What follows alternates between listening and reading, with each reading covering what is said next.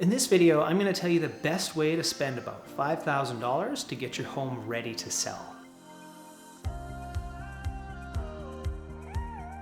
Hey everyone, it's Ryan Dasher with the Vancouver Life Real Estate Group, and today I've got just a couple pro tips on where you should spend $5,000 when you're trying to get your home ready to go to market.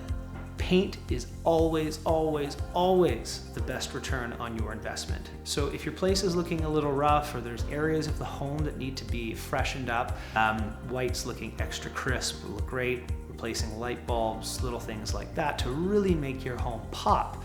By all means, use some or most of that budget on the paint to really give it a new life. Very light maintenance related things are going to be some of the best returns on investment that you can get. Now, if you have a little bit more budget, then I would go to number 2. Staging your home typically results in a 3 to 7% higher sale price than if you didn't stage the home.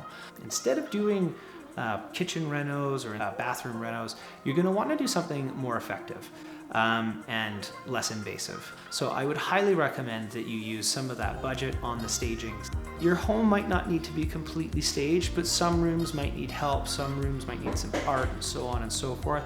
Getting that home depersonal, allowing that new buyer to walk through your home, seeing it fresh and with some nice tasteful updates that you didn't have to buy.